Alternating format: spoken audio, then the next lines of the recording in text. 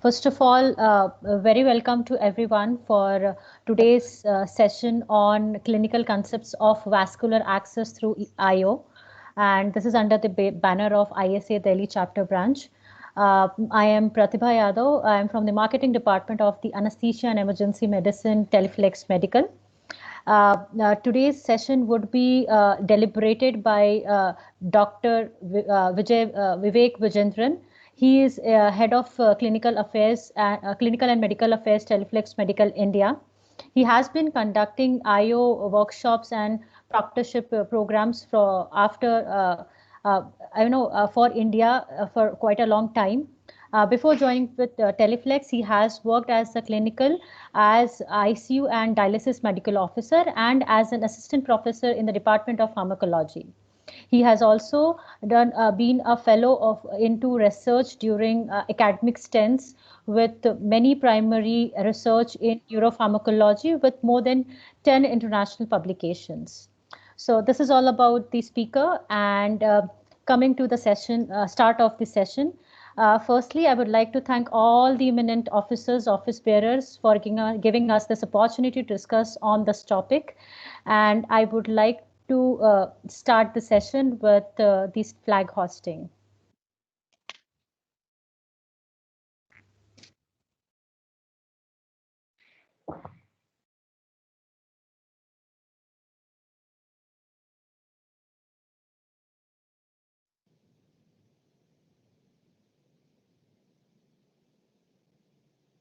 May I request all of you to please stand for the ISA flag hoisting.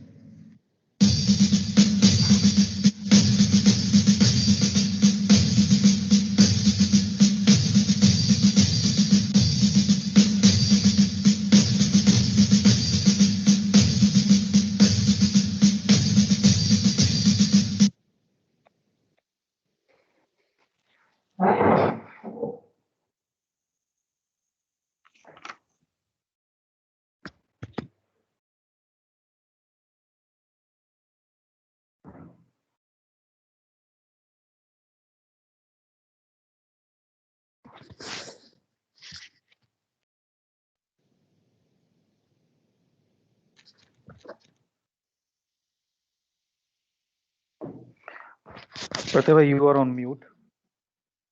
Yeah, please unmute yourself, Pratibha. Yeah. Thank you very much, ISA, for giving us this opportunity for Teleflex to showcase the product as well as discuss about the clinical effects and applications of intraosseous access. I would like to also introduce every one of you to the office bearers of Indian Society of Anesthesiology, starting from Dr. Rajiv Gupta, who is the Governing Council member, North, ISA National.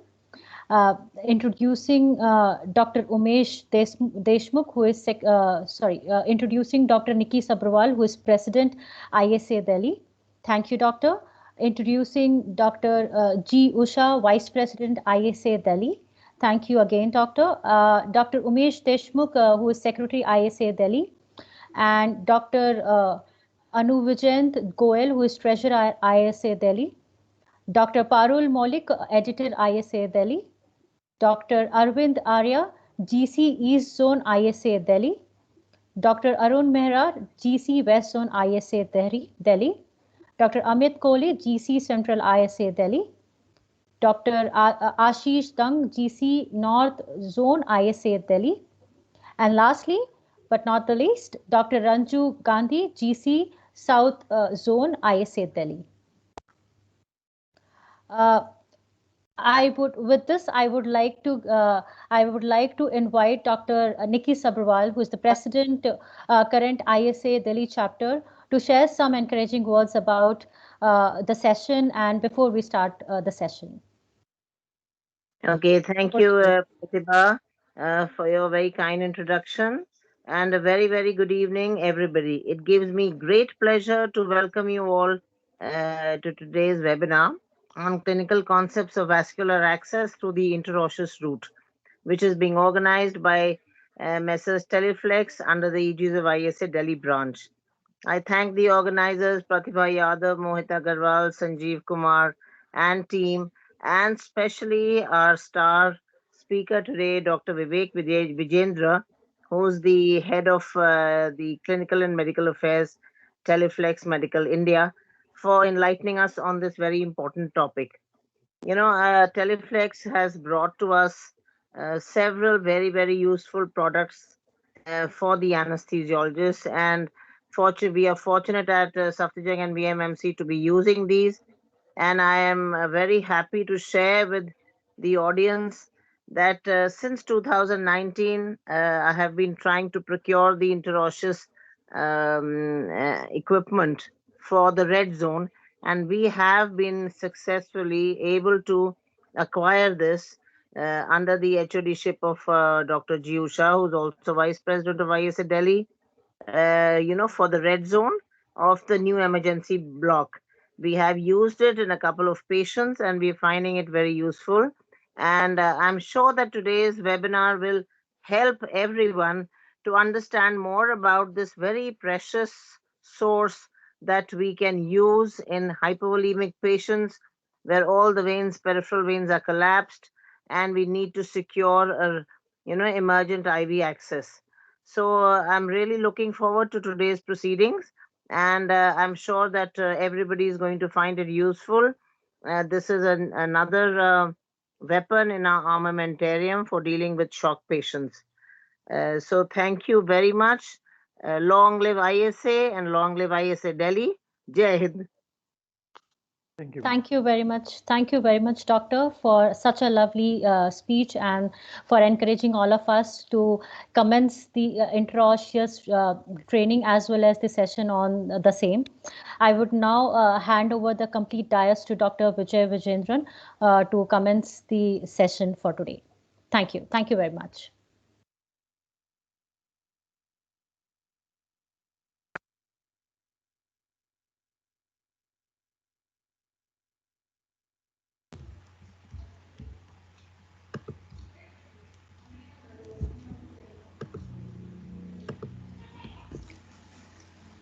Thank you, Pratibha. Thank you, Dr. Nikki Sabharwal, for all the kind words and the great introduction. I think this is the need of the hour, and I think I'm hopeful that this presentation would definitely help others to see the value in interosseous access. So without much ado, with all the great words and the great initiatives taken by ISA Delhi, I would take this forward from here and give my best to highlight on the key aspects of the interosseous with EZIO. So quickly to begin with, I'm Dr. Vic, and I'm the head of clinical medical affairs employed at Teleflex. And today we'll be covering on these are the objectives for my today presentation, wherein I'll be talking about the indication, contraindications, basic bone anatomy, which is more relevant for us to understand why IO and where IO is, including the site selection, identification, needle set selections, insertion techniques, pain management, care of the patient, assessment, removing IO, care of the driver and the patient as a whole, how to secure the IO and manage care and maintenance of the IO after that. Okay. The first question always it raises is why IO? And basically, just to give a preamble to that, it's not something new. IO has been endured for more than 90 years as we speak today, and as a safe and effective alternative for the vascular access. The technique of interosseous involved inserting the needle into the bone marrow cavity for the purpose of administering fluid and medications. It was first proposed by Drinker et al. In 1920s, and later on pursued and shown to be effective as equivalent to the intravenous administration of the fluid and medicines in 1940s by Paper et al.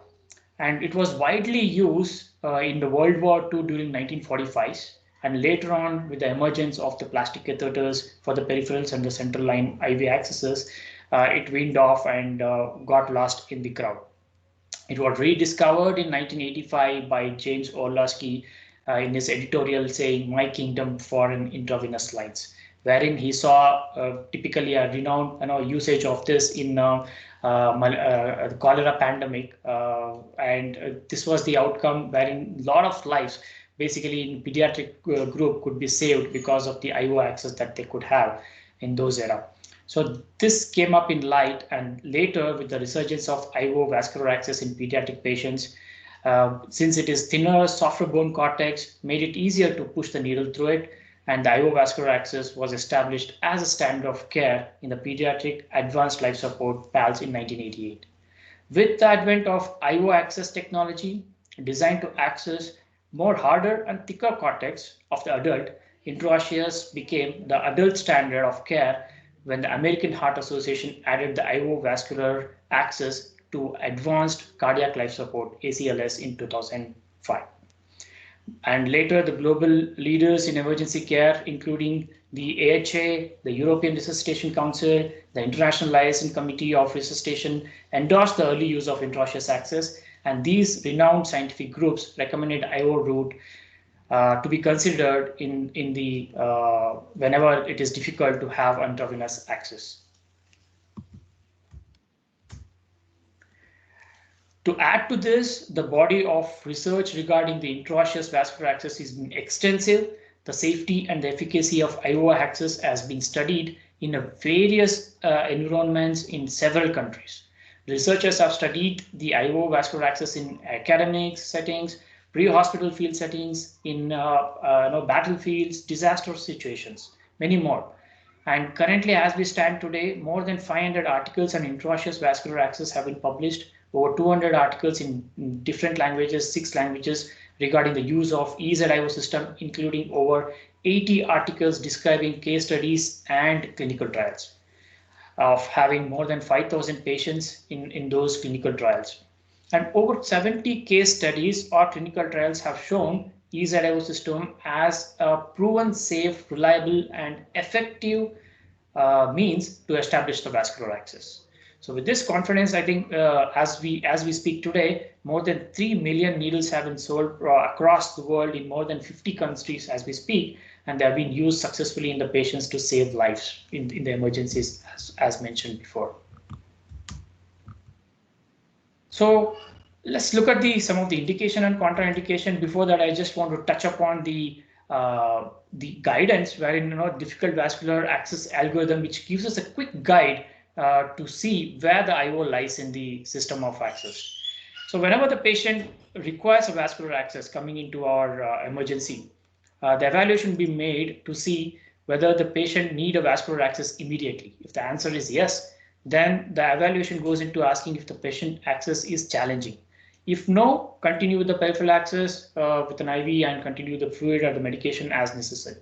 But if the peripheral vascular access is difficult, challenging, but it is time sensitive considering the condition of the patient or the situation is, then the IO access is required. Considering if you look at the other quadrant of the decision making, if the vascular access is not quite immediate, but certainly the patient would require in future vascular access because of the depending on the situation, whether it requires a hyperosmotic fluid infusion or incompatible drugs that cannot be given by peripheral IV lines. Depending on the duration, if it is less than 14 days, a CVC PIC or the line of event would go on. And in that condition, where the other choice is made, a tunnel catheter or extended well PIV catheter is made, depending on the duration of the access which is required. And if there are 2 unsuccessful attempts happen by 2 clinicians, in the interest of preserving the vessel health preservation, considering the multiple pokes into the vessel might damage the vessel and may leave incompetent for future indications, considering if the patient has come with or have a history of kidney disease or may eventually end up in renal disease, God forbidden not, but in case if because of various reasons, then all the opportunity of the vessel health preservation would be gone.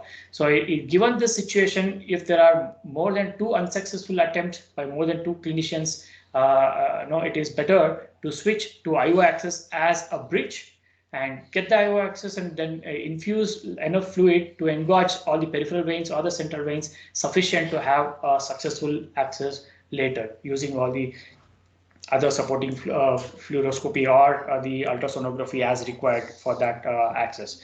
So these are the algorithm guidance which can help us determine where the IO fits in. Jumping on to the indication, there is no particular one situation, like as dignitary Dr. Nikki Sabrawal did mention. Whenever the patient requires an urgent or emergency fluid resuscitation or a medication which is quite life-saving and time-sensitive, that's the indication. Wherein the intraosseous access is any time in which the vascular access is difficult to obtain, but at the same time, giving a medication is emergent or urgent or medically necessary. In that given case, up to 24 hours, intraosseous access can be accessed through the device and can be held in place for 24 hours dwell time. And depending on the sites, we'll come to the consecutive slides where I talk about the sites of insertion. There are in the adult more than 22 years as we speak, it is because of the epiphyseal fusion and the landmarkings quite evident to make these sites accessible for us. So in adults, it will be proximal humerus, proximal tibia or distal tibia. And in pediatric age group or in age of less than 21 years of age, it could be distal femur added and continue to have proximal femur, proximal tibia or distal tibia as an option of choice.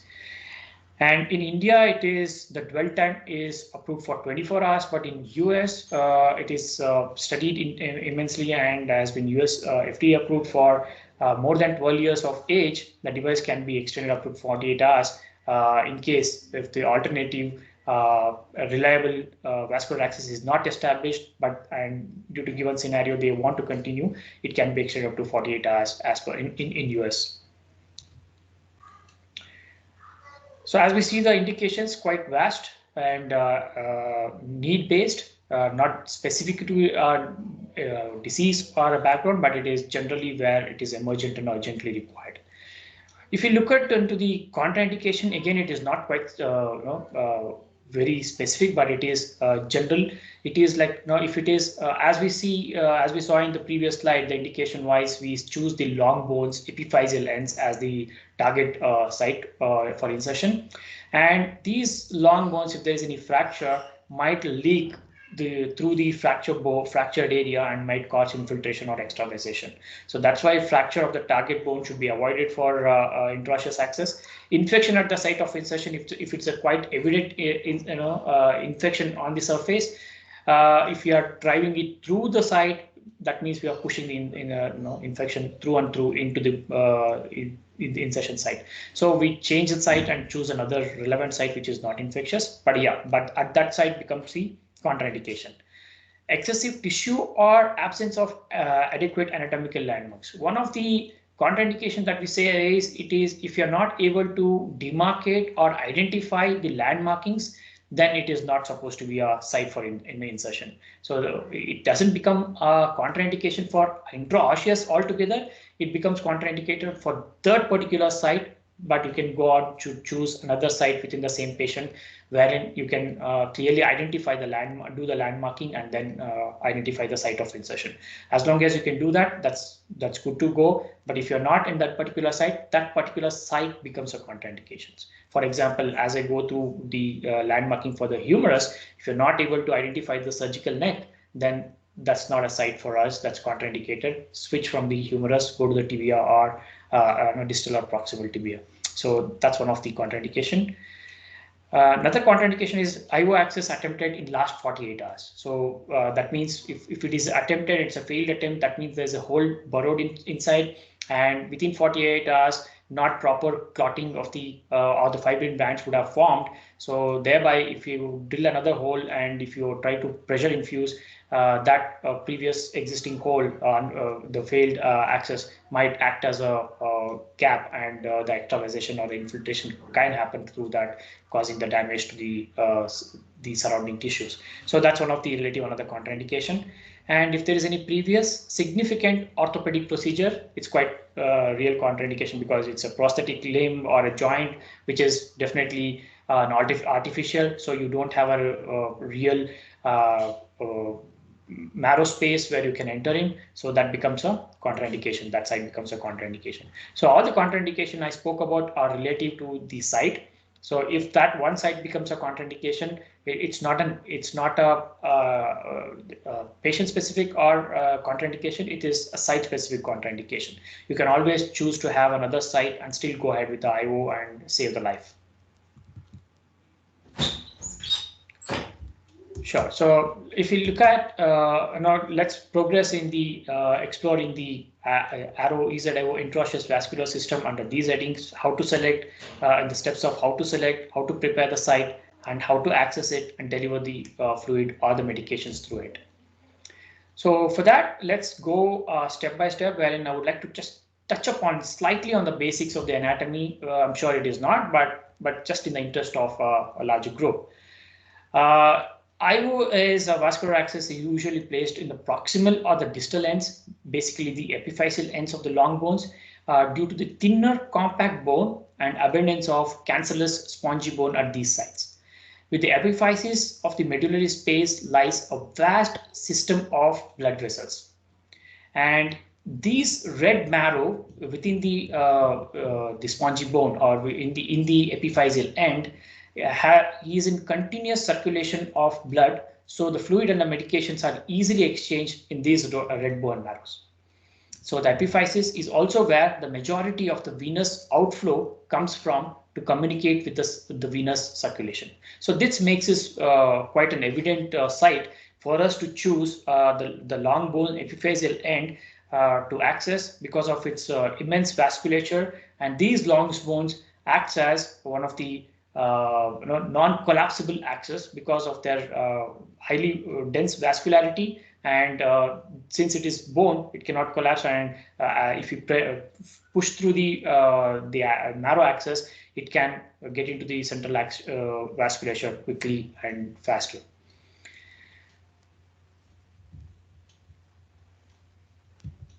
Yeah, so within the microvasculature inside the medullary space lies a hypercoagulable fibrin mesh as well as the red and yellow marrow.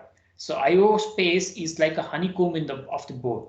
So the fibrin mesh along with the marrow cells, it makes it, imparts resistance for the easy flow of the fluid or the medications.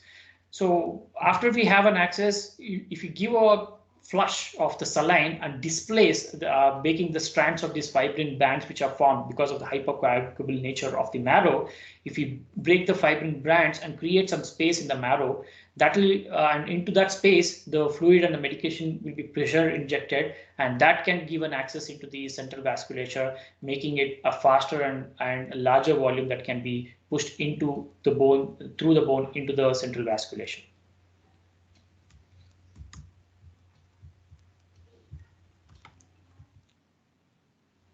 Okay, so once we know that which is the site we selected and why we do go with the epiphyseal end, there's a common misperception that it takes longer time for the fluid and the medication to get into the blood and go into the central circulation. But a preclinical study measured peak serum concentrations of epinephrine infused via IO humeral site as compared to the IV infusion to be same, and in the same study, it showed that IO access showed comparable results for the effect of adrenaline in establishing the return of spontaneous circulation as compared to that of the IV infusion. So in this real-time video of the fluoroscopy video in a human subject demonstrate how quickly the IV contrast infused into the medullary space disseminates into the central circulation and reaches the right atrium. Sorry, this. Let me go back. Yes. So if you see, this is the needle through which the dye is injected, and it enters into subclavian vein and reaches into the right atrium, and the distance covered from the head of the humerus to the right atrium is just 3 seconds. This was documented in a human subject, and the advantage of having this humerus as a site of insertion is amongst the site of insertion that I mentioned as humeral head, greater tubercle in the humerus when I say humeral head, and its femur is another site, and the tibia as proximal and the distal tibia are the other sites. Of this, the proximal humerus could be more preferred because, as I showed in the previous slide, the fluoroscopic study of dye injected into the humeral head reached the heart in 3 seconds. So it takes faster to reach the heart, and from there, if you reach the heart, it reaches the central circulation and the peripheral of the body quicker as it pumps the blood, from the heart to the peripheries. The flow rate on an average documented is around 6.3 liters per hour under the pressure injections. And as I talk in future in the coming slides, the insertion whenever we do an insertion of the intraosseous needle through the EZ-IO system, the insertion pain is on a scale of 1 to 10 on a visual analog scale. It is just 3.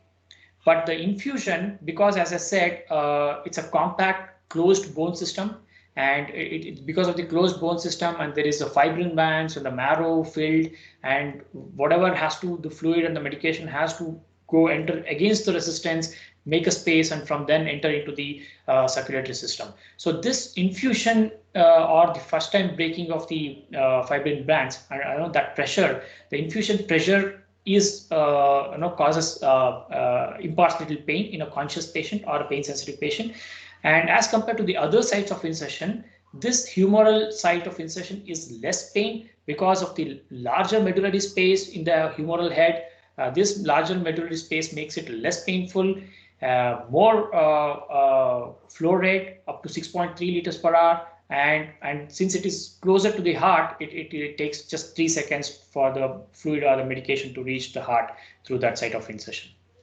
Because of the less pain, even the pain management that I'm going to talk as it's the infusion pain management, not the insertion pain management, is also less required considering it's a medullary space is larger and less pressure pain is sensed, and thereby not much of a pain management you would require to do. Distal femur is another indication, basically in the pediatric patients, wherein certainly the humeral indication would be site selection would be gone, because as one of the landmarking that we'll be looking for in the humeral site selection is the surgical neck, and because of the anatomy is poorly developed or the surgical neck is poorly developed in young adults or in children, it becomes a non-specific site or a contraindicated site. So in very neonate or young children, in a baby, the distal femur acts as one of the another long, well-developed bone for a safe access. And it is well documented that insertion or into the distal end of the femur has given a first-time success rate of 98 to 100%. And the other two sites of indications are proximal tibia and the distal tibia. While these are very simple landmarking, even with the closed eyes, with just tactile feedback, we'll be able to do the site selection as well as the point of insertion determination. And the only drawback would be that this is quite far from the central circulation, so it takes nearly the average flow rate documented is around 1 liters per hour under the pressure, as compared to 6.3 with the humeral insertion. So let's look at the needle set selection. So in this EZ-IO system that I talked about, there are 3 needle sets available for insertion. The pink one, all the needle sizes are 15 gauge in size, diameter, and they come in 3 different lengths. Each length is called by 15 mm length is the pink hub, 25 mm hub length is the blue hub, and the 45 mm length is for with the yellow hub. So it is basically the color coding is given by the length of the needle, while the gauge of the needle is remains to be the same across the needle length. It is 15 gauge, and it is made up of 304 stainless steel, and they come in 3 lengths. And basically the needle set do not have adult or a pediatric size mentioned. They're not quite differentiated by the adult or pediatric sizes. Each needle set has a weight range guidelines, no doubt, but the clinical judgment should be used to determine appropriate needle set selection based on the patient weight, anatomy, and the tissue depth that is required. The tissue depth, when I mean to say, it is the skin, adipose tissue, and the muscle thickness that we'll have to penetrate depending on the site. If it is a humeral site, it is the skin, adipose tissue, the deltoid muscle that we'll have to penetrate through and enter into the humerus. And similarly, if it is femur, the adipose tissue and the muscles in the thigh bone that has to be penetrated. When it comes to tibia, it is quite very thin adipose tissue, not much the muscle has to be penetrated through. So it is very narrow depth when it comes to tibia. So depending on the site it is selected, and depending on the weight of the patient, that will determine the build of the patient, and thereby the anatomy. This specific needle can be selected. So tissue depth over the insertion site should always be assessed when determining the most appropriate needle set length prior to the insertion. For example, not necessarily one fits for all.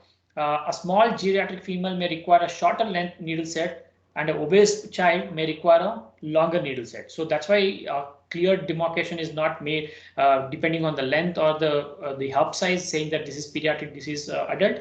It has to be basically a clinical judgment should be made, and that is how it is going to be used.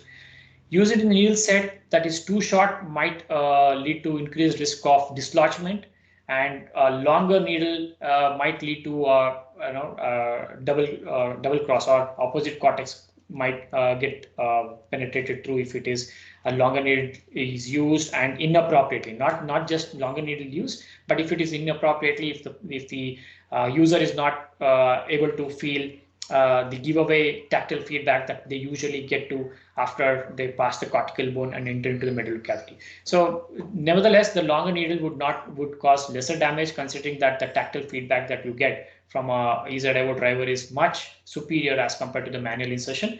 But the shorter needle cannot be compromised for, because shortened length, if it is, can lead to a higher risk of dislodgement. So generally, if you look at what could be the general direction can be given is, most patients, in adults, 25 mm needle set is the correct length for the tibial axis, both proximal, the distal tibial axis, and the 45 mm needle set should be considered for the proximal humerus site in an adult. While it comes to pediatrics, following the general guidelines by the usage that we have seen, generally they weigh between 3 to 39 kgs. So the choice would be made between a pink needle set or a blue needle set, and the pink needle set probably may be sufficient for a proximal or the distal tibia, because it's quite small and very superficial to access. And 25 mm may be sufficient to or required when a distal femur, because depending on the tissue depth, we might have to cross the adipose tissue and a little bit of the muscles on the thigh bone and the distal femur end. So that might be requiring in a neonate or in a small young child. At 25 mm may be required in that age group. This is the general guide. Generally we can make sure that this suits and fits into most of the needle selection. So how typically we make sure that we are right into making the right needle selection is, say for example, so if this is the skin and this is the bone and this is the needle that I have selected to go in. So after piercing, this is a patent technology of the needle tip, which is a pencil sharp needle, and it's a cutting edge needle which easily penetrates like smoothly in through the skin and soft tissue. And once you pass through the soft tissue and skin, once you feel the surface of the bone, you should be able to see the last marking near the hub, the black marking near the hub sufficiently. That will determine this particular needle length is good.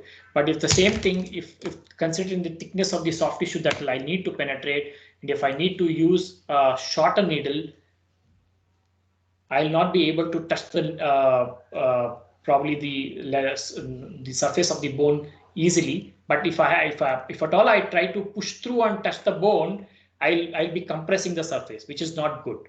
It should be comfortably 5 millimeters above and the last marking, which comes to 5 millimeter. And why that magic figure of 5 millimeter? If you look at, there is a marking, length marking, say this is 45 mm, because each marking from the needle tip is 10 millimeter, 10 millimeter, 10 millimeter, this 10 millimeter. So 40 millimeter and last 5 is 45. That's how it is 45. And the last 5 in this will become 20 plus 5, 25. And in this, one 10 millimeter and one 5 millimeter will become 15 millimeters. So the last 5 millimeter will ensure that the cortical thickness would vary between 3 to 4 millimeters. The thickest cortical bone in an adult will vary between 3 to 4 millimeters. And if you are able to pass through that cortical bone And if you're able to enter into the spongy bone in that epiphyseal end, that is good enough and sufficient to have access into the medullary cavity and push through that your fluid and medication successfully. That will ensure us that we are choosing the right needle set for that particular site. So we should know by virtue of the clinic,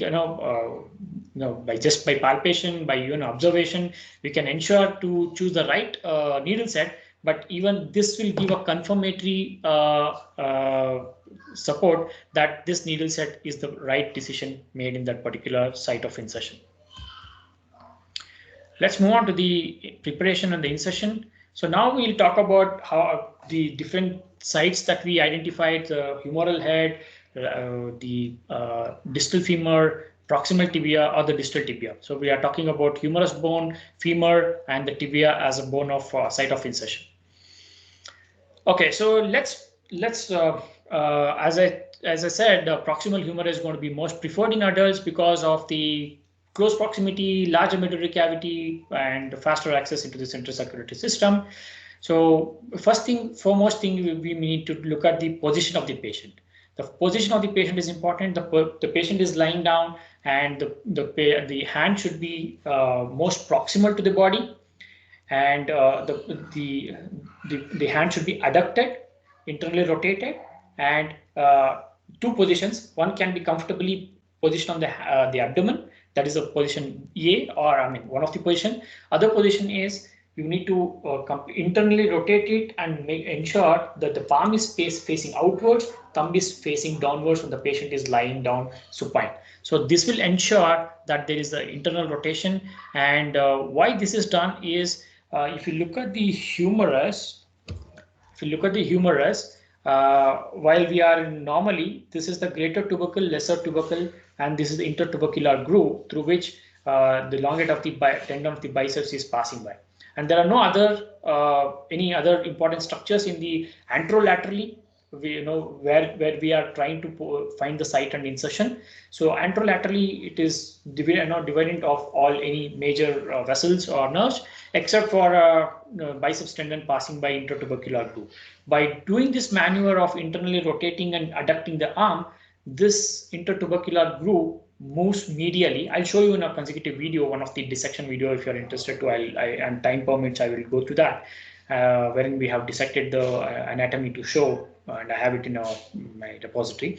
So that will move more medially, leaving the greater tubercle of the humerus exposed on the anterolateral part, wherein we would be identifying to landmarking and inserting the needle through. Okay. So this is a short video. I would encourage you to just look at the landmarking and how it is made in a cadaver. Place the patient's hand over the abdomen, elbow adducted and the humerus internally rotated. Place your palm on the patient's shoulder anteriorly. The area that feels like a ball under your palm is the general target area. You should be able to feel this ball even on obese patients by pushing deeply. Place the ulnar aspect of one hand vertically over the axilla. Place the ulnar aspect of the opposite hand along the midline of the upper arm laterally. Place your thumbs together over the arm. This identifies the vertical line of the insertion on the proximal humerus. Palpate deeply as you climb up the humerus to the surgical neck. It will feel like a golf ball on a tee. The spot where the ball meets the tee is the surgical neck. The insertion site is on the most prominent aspect of the greater tubercle, 1 to 2 centimeters above the surgical neck. Yeah, perfect. I think this is one of the maneuvers that we can do and practice initially.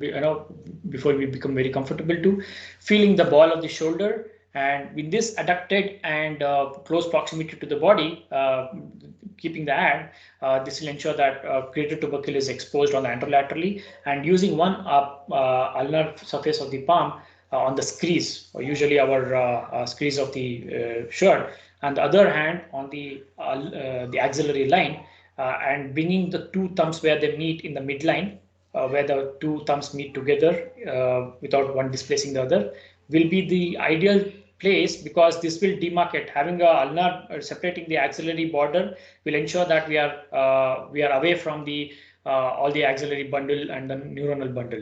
And laterally, we're not, we are also avoiding going too laterally and on missing the greater tubercle. So this manual helps us in identifying the line of insertion.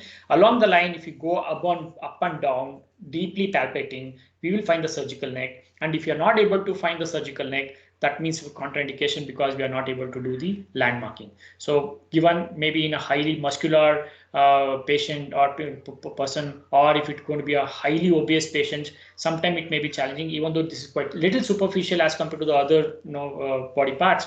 Even in obese patients, if it is not landmarking, the surgical neck is not palpated, it's in the same line of insertion, 1 centimeter above the surgical neck is the point of insertion. So if you're not able to come to that point of insertion, that site should be avoided and choose another palpable site for insertion.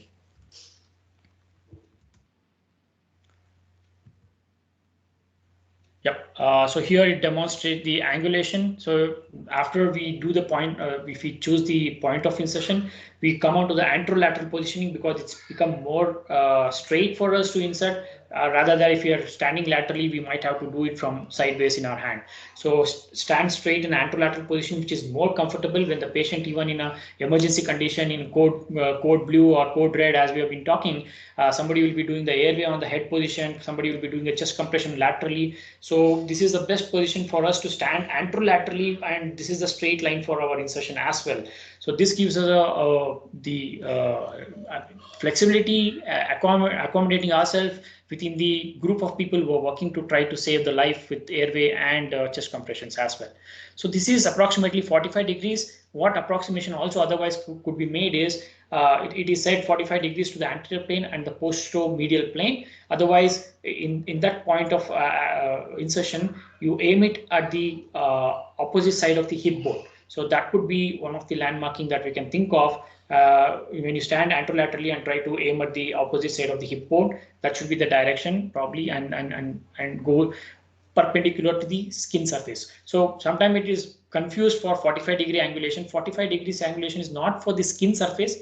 To the skin surface, it should be perpendicular, but the angulation plane of insertion should be almost facing towards the opposite side of the hip, contralateral side of the hip bone. That should be the angle of insertion, but plane should be to the 90 degrees to the surface of the skin, so that the hub goes and sits on the skin properly.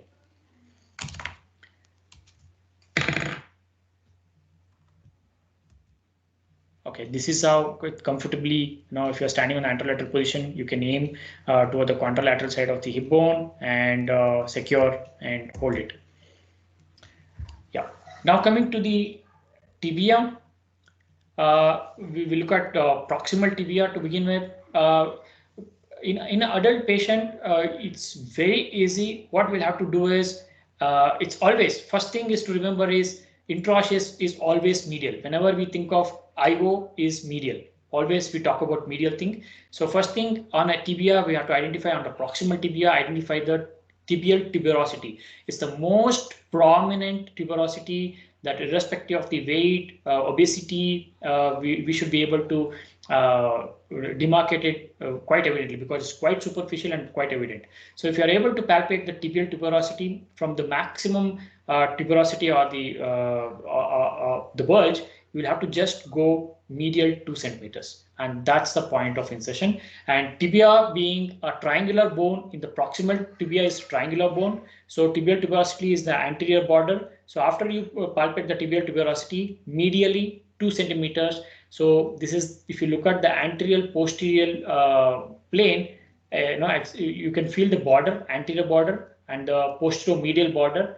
And if you feel that, you will feel a proper 2 borders, anterior border and the posteromedial border. In the middle should be the point of insertion. It's a flat bone, so actually 90 degrees to the flat bone should be a point of insertion. So if you identify the tibial tuberosity, it should be very easy. Just it's a flat bone and just 2 centimeters medially. Don't go below the tibial tuberosity.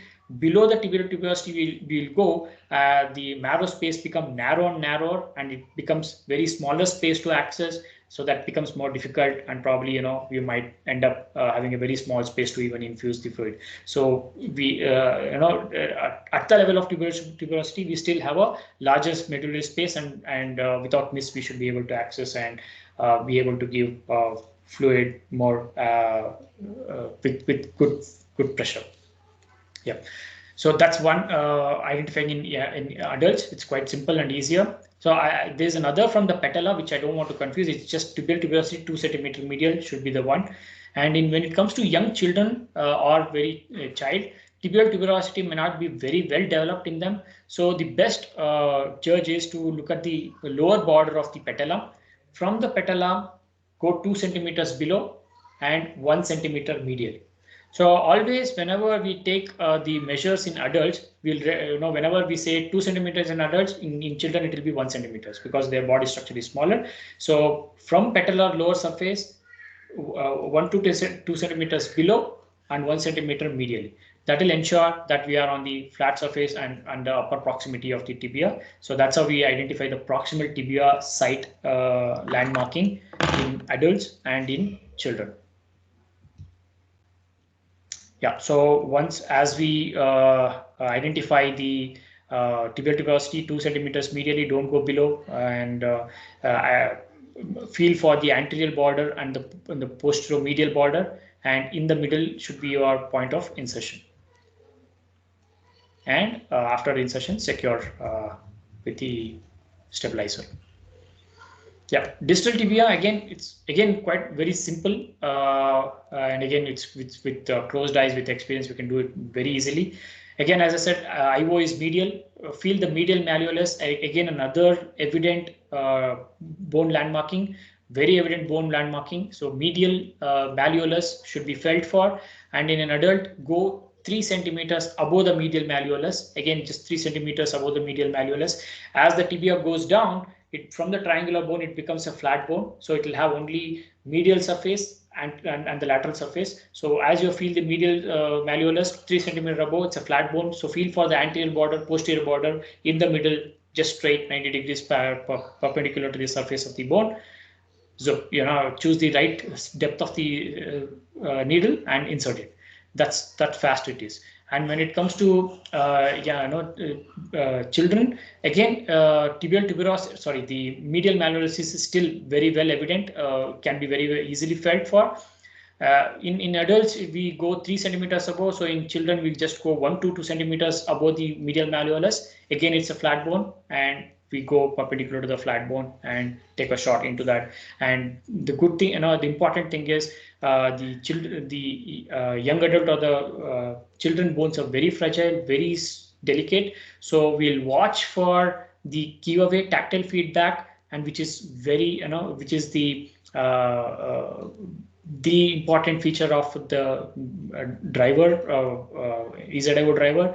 In this motion, we get to feel where there is a dip and when we entered into the medullary cavity. And it's important that we don't drive to the hub level in children. We stop as and when we feel the medullary cavity is entered, and we stop there and we secure the needle then and there only. Unlike in adults, typically 25 mm needle can be flushed to the skin level in tibia, both proximal and distal tibia, and a 45 mm can be flushed to the skin level in the humerus without any second thought. But in children, whenever we are doing, because they are fragile and they are narrow space, we should stop whenever we feel the giveaway, which is a tactile feedback that we get to when we cross the tough cortical bone into the medullary cavity.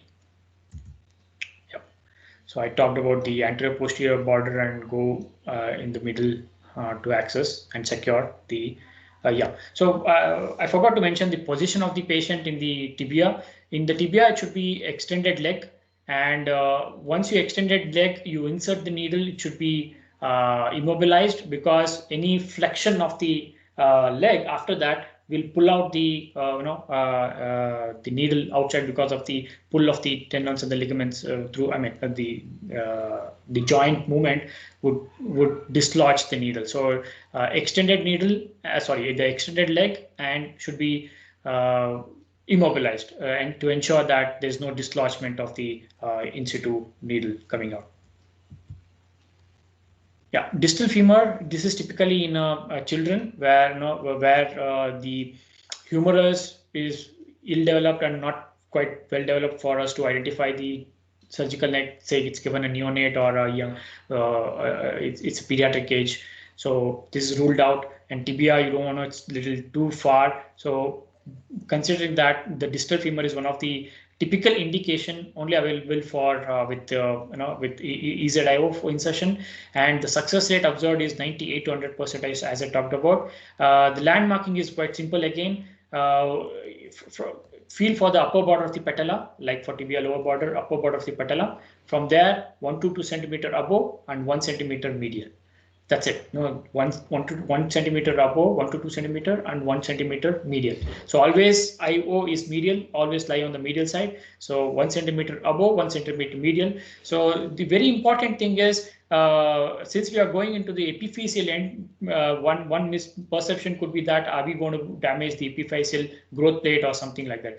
But whenever we are doing this in the tibial end, if you look at the patella covers both the femoral epiphyseal plate and also the tibial epiphyseal plate. So as long as you remain 1 to 2 centimeters above the upper surface or the lower surface of the patella, above or below, then you are away from the growth plate and you are not going to damage with the needle value while you are trying to insert and access the intraosseous system in them.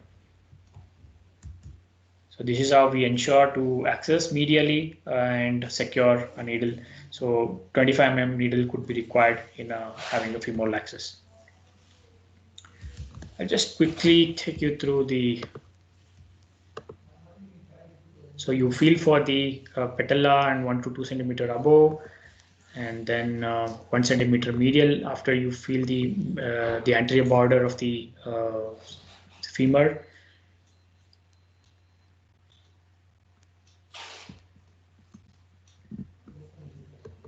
And then access it onto the anteromedial surface, perpendicular to the skin.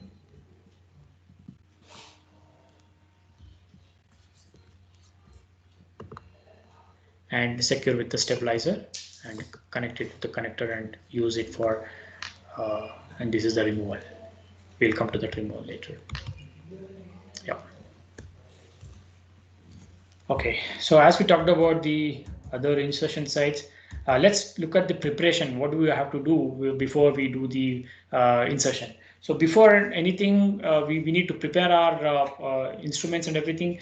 This is going to be the driver. In this driver, we need to look for, is it equipped enough? So there is an indicator at the back. Whenever you prep it, you will see a light coming, LED light flashing in. If it is as long as the dark bright red, green, that means it is good to go and it will have having a battery life enough sufficient to do the insertion. If it is going to be red, blinking red, that means the battery is going to die off sooner or later. So it's better to have backup ready, backup battery or instrument ready for future insertions, or it's time to order and keep another one ready. So this is about the driver. This is a magnetic snippet. Whenever you're using the driver, this is a magnetic snippet. You don't need to screw it or unscrew it. And there's a trigger. This will ensure there's a button. This will ensure that the trigger will rotate it. So this magnetic snippet, how it will help? Take the needle and load it onto the surface. You can hear a click sound. Yeah, so that click sound is that the magnet will snip it into the hub.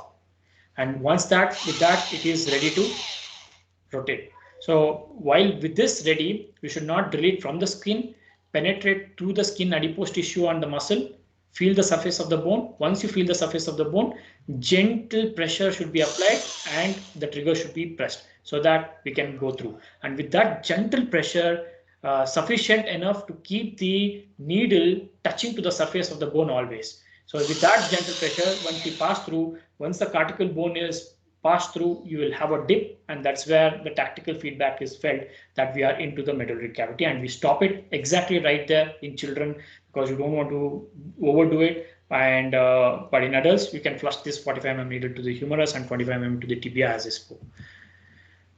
Yeah, these are the things which are available. Driver, and then I talked about the needles, markings, 5 mm, and this is about the driver. And the other things are, this is the stabilizer. This is a telescopic stabilizer. You can see, even if it's going to be an extra length of the needle left out, after you insert it, you will remove the stylet and use the stabilizer to put onto that and stabilize it with the peeler. You can remove this and stick it onto the skin, and this will stabilize the needle there. And this has got a telescopic stabilizer, so even as we said, in children you might have to leave and stop where exactly it hits into the medullary cavity. So this telescopic will ensure that the extra length can be accommodated and still it can be secured onto the surface properly. So this is stabilizer, and you stick it onto the skin. After the stabilizer is put, there is a easy connector. It's got a bent lower lock connector, which gets easily locked onto the catheter.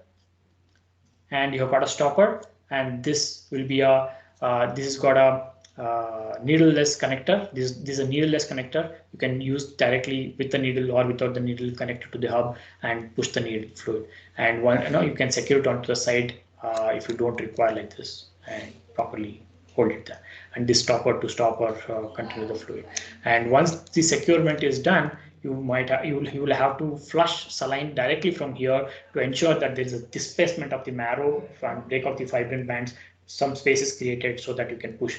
While in children, you don't have to do a rigorous flush. A gentle flush is enough to, because their marrow is not so thick, or fibrin bands are not densely formed. So 2 to 5 ml of gentle flush is enough in children. But in adults, you require a 5 to 10 ml of jet flush, so that you break the bands and create some space through which the fluid can enter into the epiphyseal blood circulation thoroughly.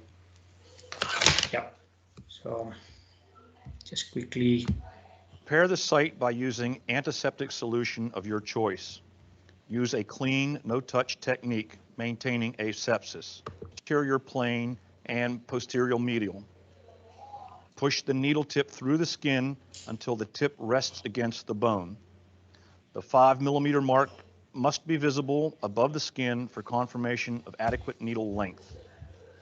Drill gently into the humerus 2 centimeters or until the hub reaches the skin in an adult. The hub of the needle set should be perpendicular to the skin. Hold the hub in place and pull the driver straight off. Continue to hold the hub while twisting the stylet off the hub with counterclockwise rotations. The needle should feel firmly seated in the bone, which is the first confirmation of placement. Place the stylet in a Sharps container. Place the Easy Stabilizer dressing over the hub. Attach a primed Easy Connect extension set to the hub, firmly securing by twisting clockwise. Pull the tabs off the Easy Stabilizer dressing to expose the adhesive and apply to the skin.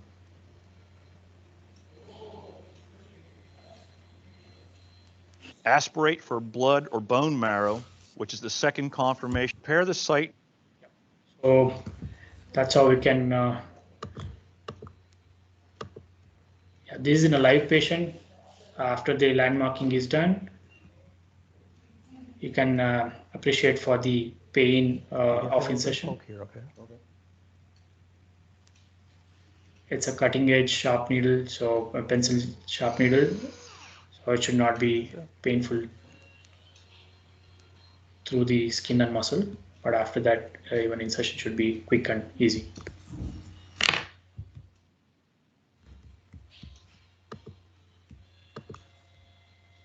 The best way is to try to find the patella and go 2 finger breadths, which is approximately 3 centimeters below the inferior aspect of the patella. So this is again from the patella. If you're using the patella, even the adults, you need to go 2 to 3 centimeters below, but I didn't want to do 2-3 landmarkings.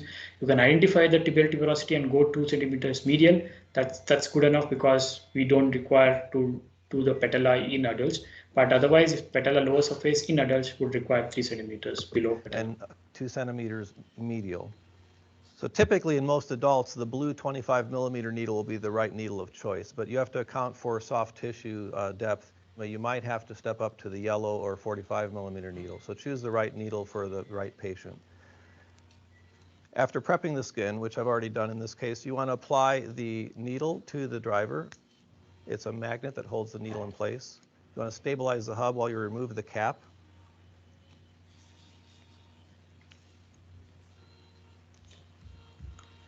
It's again advisable and more convenient if you're doing on to the right leg medial aspect. So it is better to stand on the other side because then it becomes quite straight. Now in this case, you can see he's trying to put it from the hold the gun from the other side, which this is one of the tips that we can look at if you're trying, because it's medial. It's better to stand on the other side of the leg and insert it straight.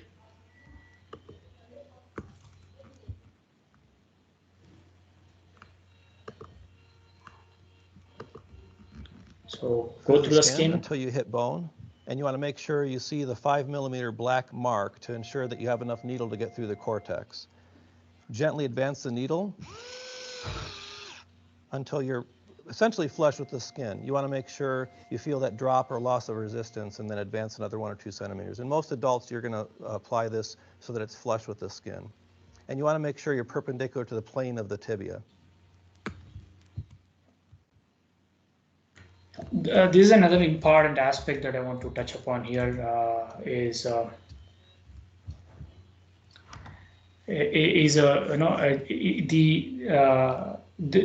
video which I want to show here is going to portray the precision, control, and the gentleness of the EZ system. And using this raw egg demonstration, usually I used to do it in person, but I think whenever I get an opportunity to demonstrate in front of you, I will do it. I did not have an opportunity to get a raw egg now today, but I think it's important that we train ourselves on this because because of the patented needle tip design, it creates a hole precisely exactly of the thickness of the needle, not creating a bigger hole, through which if it creates a bigger hole, the extravasation and the infiltration of the fluid and or the medication is expected to happen, leading to complication. And not only that, the extravasation is a complication, but the easy dislodgement of the needle will also happen. So, but this is because of this patented technology, it goes quite fitting into the needle size itself. And it's very on a very soft and smaller and thinner bones of the pediatric patients, where they are very fragile and brittle. Applying a lot of pressure and creating impact might cause microfractures or cracks in them, and then it might lead to dislodgement or extravasation or complications. But because of the precision this needle does, you can see that you can drill a hole through the raw egg. It's quite easy to crack the egg. And it's not just one hole that you can make it through. Within the perimeter of 2 to 3 millimeters, you can go on making multiple holes into the same egg without cracking the eggshell. This is not just a demonstration. We do it, and in one of the cases I've seen some person out of curiosity have done or burrowed in a larger egg beyond this, almost 300 holes next to each other across without cracking the eggshell. That precise and gentle on the surface. And the second thing important, this has to be done in our day-to-day to learn this is like it's a very thin eggshell. So once you penetrate to this, if you see here once again carefully, once you penetrate this, it's a quick dip. You saw him going down and pulling it up. That's called recoiling. So this is one of the things which happens when we are doing it in a pediatric age group. Once we feel the dip, it's a tendency that to pull it back, and that tendency to pull back might not leave the needle tip at the right place. So that happens in pediatric age group where it is very fragile and thin like a eggshell, and that dip is faster and you feel you're jumped in and you come back. That recoil is something we need to avoid, and that comes by practice. And the more and more we do with the eggshell training, we get to dip and stop there and not stop the trigger, not to recoil back or pull the device upside, pulling out the tip away from the insertion site. Yeah. Quickly jumping on to the care and maintenance is quite simple. As we talked through, As I said, in infants, you require around 2 to 5 ml of gentle flush to displace the marrow and create a space for the fluid to get in and then get into the circulatory system. While in adults, we need to 5 to 10 ml of rapid flush because they are quite thick, they provide resistance. So the fibrin bands have to be broken, create space. So we need to have 5 to 10 ml rapid flush in adults, create space, and a pressure infusion of up to 300 mm of Hg pressure infusion bag should be applied so that that pressure will be able to push the fluid in and get a faster delivery of the fluid and medications. And this is another important thing on a pain management protocol. Say in the algorithm I spoke about, whenever there is the patient, you decided it's not emergency, but you are using as a bridge in one of the patient where multiple vascular access have failed. So the patient is quite conscious, pain sensitive, and in that insertion is not painful. As I said, on a visual analog scale of 1 to 10, it comes to around 3, which is tolerable and manageable. So it's not about insertion pain management. After you inserted the needle, now you try to infuse the saline and displace the fibrin bands. As I said, that closed compartmental pressure infusion would lead to pain. So that pain can be managed by a 2% lidocaine, preservative-free, norepinephrine-free, epinephrine-free drug, wherein you take 40 milligram of 2% lidocaine, which comes to around 2 ml, 22% lidocaine, 2 ml will come to 40 milligrams. Take 2 ml of it and infuse it over 2 minutes, 120 seconds. Slowly infuse it. Dwell it for 60 seconds. After the 40 mg has gone into the interosseous space, leave it for 60 seconds. After that, take another half the dose, which is 1 ml, that is 20 milligram of the lidocaine, and infuse it over another 60 seconds. So 2 minutes, 1 minute dwell time, and another 1 minute of slow infusion of half the dose.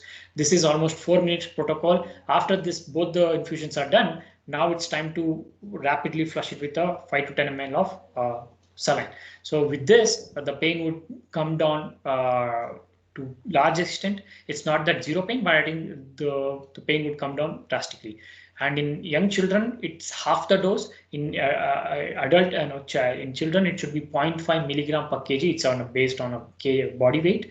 Unlike in adults, more than 40 kg, it can be direct 40 mg first dose, and half the dose is 20 mg in the second. This is a 4-minute protocol with 2% epinephrine-free, preservative-free lidocaine protocol. And with this, we can minimize the infusion pain. Yep.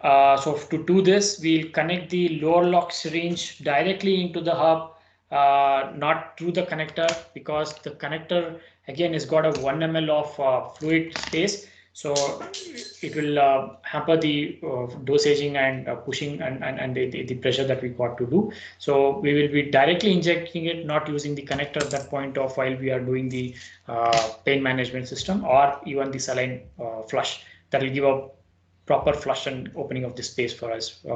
This, as well as this can also be used for drawing the blood directly and sending it for point of care diagnosis. And except for most of the things have shown to be correlated to the IV, except for a few of them, which is like, yeah.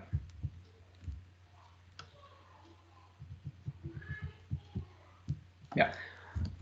Whenever this is sent for lab diagnosis, it should be mentioned this is IVO blood, because sometimes the values may be different compared to the IV blood, and the pathology would calibrate it accordingly to the normal value.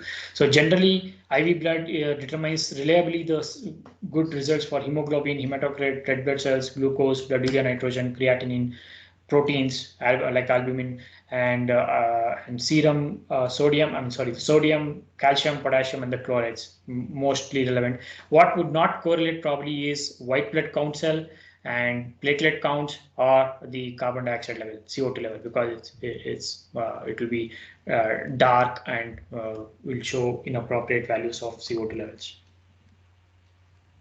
Yep. So you can rely upon for the hemoglobin, hematocrit, RBCs, blood urea, nitrogen, creatinine, protein, sodium, calcium, potassiums, and no correlation for carbon dioxide levels, platelets counts, or WBC counts. Yeah, care and maintenance. This is transparent, transparent layer, so through which you should be able to visualize the point of insertion, and to ensure that there is no leak. There is no leakage or oozing of the fluid or medication through the sides of it, and there is no redness. It's all clear always, as long as the catheter is indwelling. And the patency can be always be checked, and if there is some resistance felt, always you can do a resaline flush to ensure again there's some way, any fibrin bands created can be broken down and create more space easily. If for some good time it's not used and you want to reuse it, I mean within the 24 hours dwell time, and it's giving a resistance to flow, saline flush can be repeated to open it up. The short. Yeah, we have seen after dwelling, I talked about it, you put the stabilizer and the connector, pre-flushed connector, and then stabilize it with the adhesive tape that it is around. Make sure we're in the right place. And We are. probably use the blood drawing or infusing it.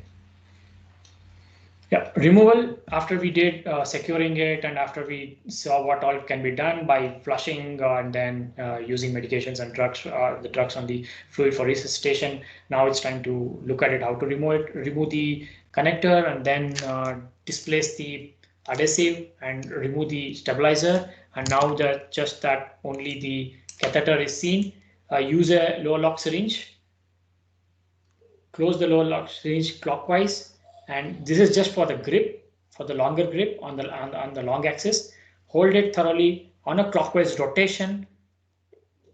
Rotate clockwise and pull backwards. This is the simultaneous action that you'll have to do, and this will ensure that it will come out safely and quickly without. Now, if you should not be doing a maneuver of shaking it to and fro to remove it, that will only widen up the hole, and no doubt it will come out, but it will unnecessarily widen up the hole and ensure there'll be some blood spotting coming out of it. So it's not, which is not necessary. It's quite easy to remove it with a low lock syringe with a turn and twist and pull technology. This will quickly demonstrate how. We're going to go ahead and remove your IO line now, okay? We don't need it anymore. Stop the infusion, remove the catheter, the adhesive,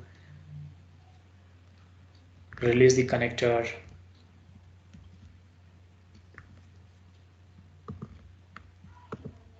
And use the low lock syringe, twist and pull, and that's it. And what you have to do after that, just hold it for a second, and then prepare your regular adhesive bandage.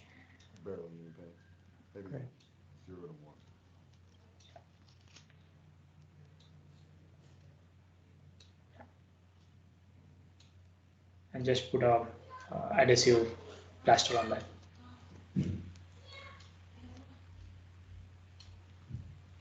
Okay. That is it. Okay. At this point, I think I've overdrawn. I'll stop at this moment. I thank you all for this wonderful session, and I open up for any questions and queries that you might have, and I would like to answer them.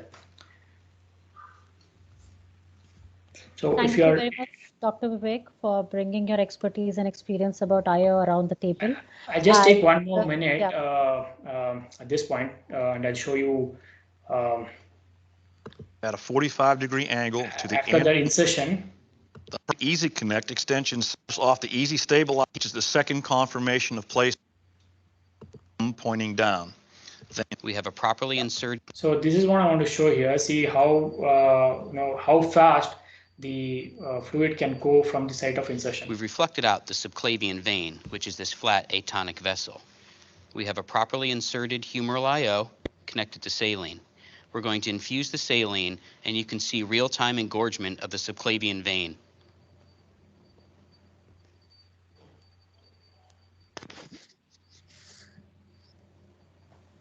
The video is paused, I guess. How is it? Okay. Is it now running? Can you see? We've reflected out the subclavian vein, Yes. which is this flat atonic vessel. We have a properly inserted humeral IO connected to saline. We're going to infuse the saline, and you can see real-time engorgement of the subclavian vein. I think again you've got.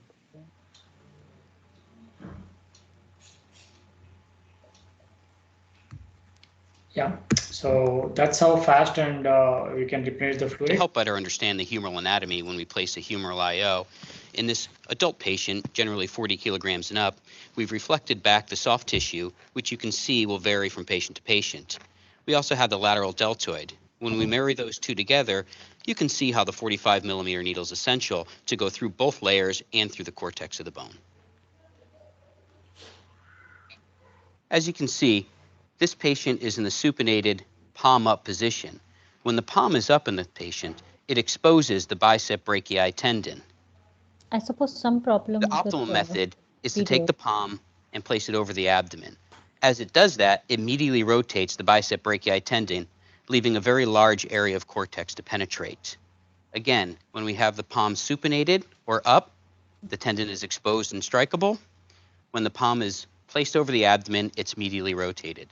If you're unable to place the palm in this position due to patient variances, the alternate method is to take the palm and put the thumb rotated inward and down.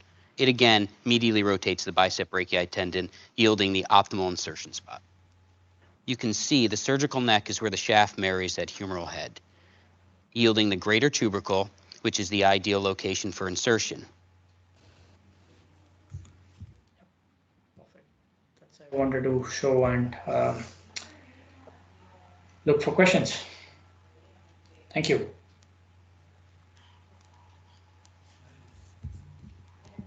Thank you, Dr. Vivek, for a very, very exhaustive and an excellent presentation on the EasyIO. I'm really, really happy that we could have this webinar today for the benefit of all the users of IO. And there are just a few things that I would like you to highlight. You were talking about the infusion pressures. So what are the recommended pressures? To my knowledge, they are 200 to 300 centimeters of water. But just for the audience, I would like you to, clarify on that point, please. Yeah, as you rightly said, ma'am, it is 300 mm of the pressure bag can be infused from the top. You apply the pressure on the top with 300 mm of HE. And do we need to apply this pressure continuously for the duration of the IO being used as a vascular access? Yeah, the only advantage you get to is you can push the fluid well. Otherwise, it is not. It is very difficult for it to passively flow through gravity, as we know the density of the medullary cavity is higher. With the pressure, you will get more faster and larger volume can be infused. But it need not be always exact 300 mm of HE. The 300 mm of pressure would give you and yield you larger volume displacement and a better infusion rate. But I think if it comes down a little bit, it doesn't stop or reverse it. But I think it is ideal to have a 300 pressure for a better infusion. Yes, we need to do that continuously. The flow rates that you mentioned are under the continuous pressure of 300. Okay. Yes. Yes. The second question I want to ask you, we know success rate of the proximal tibia is high, and so is the safety. What is the success rate and safety of the proximal humerus? Yeah, the success had also been the same. It's quite highly successful, and even there was a study wherein it was done between the trained and untrained professionals who came and inserted it for the first time in their life, and they were given only a demonstration how to do it, and they did it. The success rate was 97%. First attempt success rate was 97%. Okay, what about the safety and the complication rate, especially of, wrongly entering the epiphyseal plate? Because that is a matter of concern if you don't position it properly.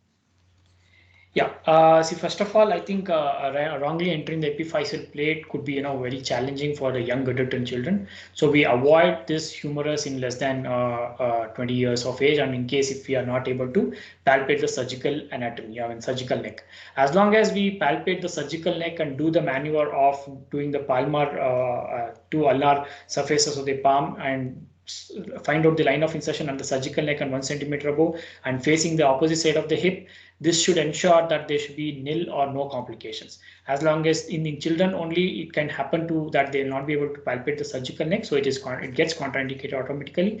And even in adults, when it comes to adults, if you do this maneuver, no complications are expected to happen and seen so far, and we have not seen any major complications or any reported adverse events so far, with even 3 million more cases inserted, as long as this landmarking and the site of insertion or the procedure is followed. And as I say, even in adults, even if it goes to a little bit of angulation, it should not hit the surgical plate, so the epiphyseal plate, because the epiphyseal plate is at the neck of the ball, and we are going with this maneuver of internal rotation and adduction, we are going to the greater tubercle only. And from the greater tubercle, as long as we go in this direction, we are going to hit. That's why we say we should not go perpendicular like an intramuscular injection. If you go perpendicularly like an intramuscular injection, you're going to hit onto the ball of the head. So that could be. What happens? What happens is you will end up in the cancellous bone, and you will not have a flow or higher resistance to push it, and there will be no flow. But there is no as such complications or in terms of adversities being observed in that. Only thing is you will end up in a wrong space. Otherwise, there is no chance that you would, because greater tubercle is a larger surface area, least chance to miss the surface, and with the proper amount of training, we have not seen any complications so far. Okay, thank you. Now, there's one more thing I want you to highlight, which probably got a little, less importance, was confirmation of the placement of the IO needle. And, in the video that you were showing, it got cut off. And what I feel is that you mentioned that, after the stabilizer and after attaching the tubing, we are going to confirm. But I feel why not to confirm it before we put the stabilizer and that, so if there is aspiration of bone marrow or blood, or when we are pushing the saline or the Xylocard that we're going to be pushing for prevention of pain, that is going to give us an indicator, and we fix it only after that. Because if we have to readjust, if it has gone in too much and hitting the posterior aspect of the bone, or if it is, inadequately placed, or there is a swelling, then, so I feel that it should be done before we fix the needle. I don't know, what is your opinion on that? Absolutely, I agree with you, ma'am. It's only actually the procedure in terms of once we are, even before, it's about before we confirm or draw the blood into the space, you might not fix it up with the adhesive, only close it up and then try to. Otherwise, also, as you rightly said, as long as the needle is inside, you don't have to even still put the stabilizer. Even with the lower lock syringe, right away, directly you can try to aspirate. Try to aspirate it, and then see if you can, if you are into the right space. You can still do that. There's no problem with that. It's just by procedure we just followed it. Otherwise, also, even before pulling it or pushing it, we just try to place it, not stabilize it with the adhesive. Still, it is possible, but I think, yeah, as you rightly said, it is even more appropriate. Even before you do this stabilizer, you can do the testing, confirm it, and reposition if required, and then put the stabilizer, and then make it adhesive and stabilize it, and immediately use the connector to connect it, and probably then use the pressure. Yeah. Sure. The needles are quite expensive, and as they are made of stainless steel, and our country being a poor country, and our patients cannot afford to buy, can they be reused after proper flushing and sterilization? I suggest no. I mean, from being representing a responsible company, I cannot recommend it. Yeah, you wouldn't recommend it, I'm sure. I cannot recommend it. Dr. Vivek, you have given a very lucid presentation, especially even on the size. And Pratibha, I would like I think you should be happy that we have organized this webinar today so that you have Dr. Vivek's recording. This should be given to every user who's going to buy your EasyIO. When I saw your catalog, I found it's very incomplete, and even the sizing of the needles, the recommendations are not written very exhaustively. So I suggest, Dr. Vivek, you write a product monograph for this. And your video should be shown as a teaching and training module for the use of this IO, because I was not happy with the complete information in the catalog. And we are doing a study. My postgraduate student, Dr. Mahima, she's doing a study in the red zone on the IO. And so when we were writing the protocol and making the protocol, we did a lot of research, and there were some lacuna in the product information that I could get from Teleflex. So I think your presentation has clarified so many points, and you brought them out beautifully. I think you should put this down in black and white, add it to the catalog, and your video should be shown as a teaching, or a training module for all the EasyIO users. I also would request, I saw Dr. Chakra Rao was with us in the meeting. I hope sir is still there. He's the chairman of the Indian Resuscitation Council. So Amya, could you make him a presenter, please, if he's still with us, sir? I would like his comments, because like you very rightly mentioned, now IO is also, has been included several years ago in the ACLS guidelines. And sir is chairman of the Indian Resuscitation Council, and he has done a lot of work in this field. So we would like sir to give his comments, please.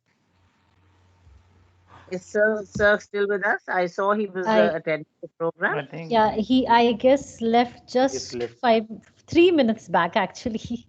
I was speaking too long. I should have got sir to speak first. Okay. No problem. But anyway, I'm very happy that he attended, and Pratibha, I hope you will take heed of my comments. Definitely. That is really appreciating, Doctor.